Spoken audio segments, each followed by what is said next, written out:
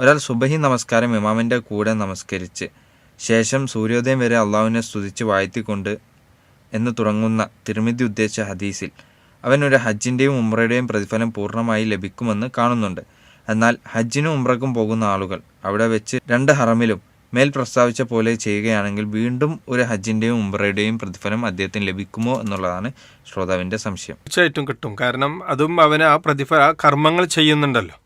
അപ്പം ഹറമിലാകട്ടെ അവർ നിസ്കാരം കഴിഞ്ഞ് അവിടെ ഇരുന്ന് ഉദിക്കുന്നവരെ ഇരുന്ന് ഇഷ്റാഖ് നിസ്കരിച്ചാൽ അവർക്ക് ആ പ്രതിഫലം ലഭിക്കും. അത് എവിടെ നിർവഹിച്ചാലും ലഭിക്കും.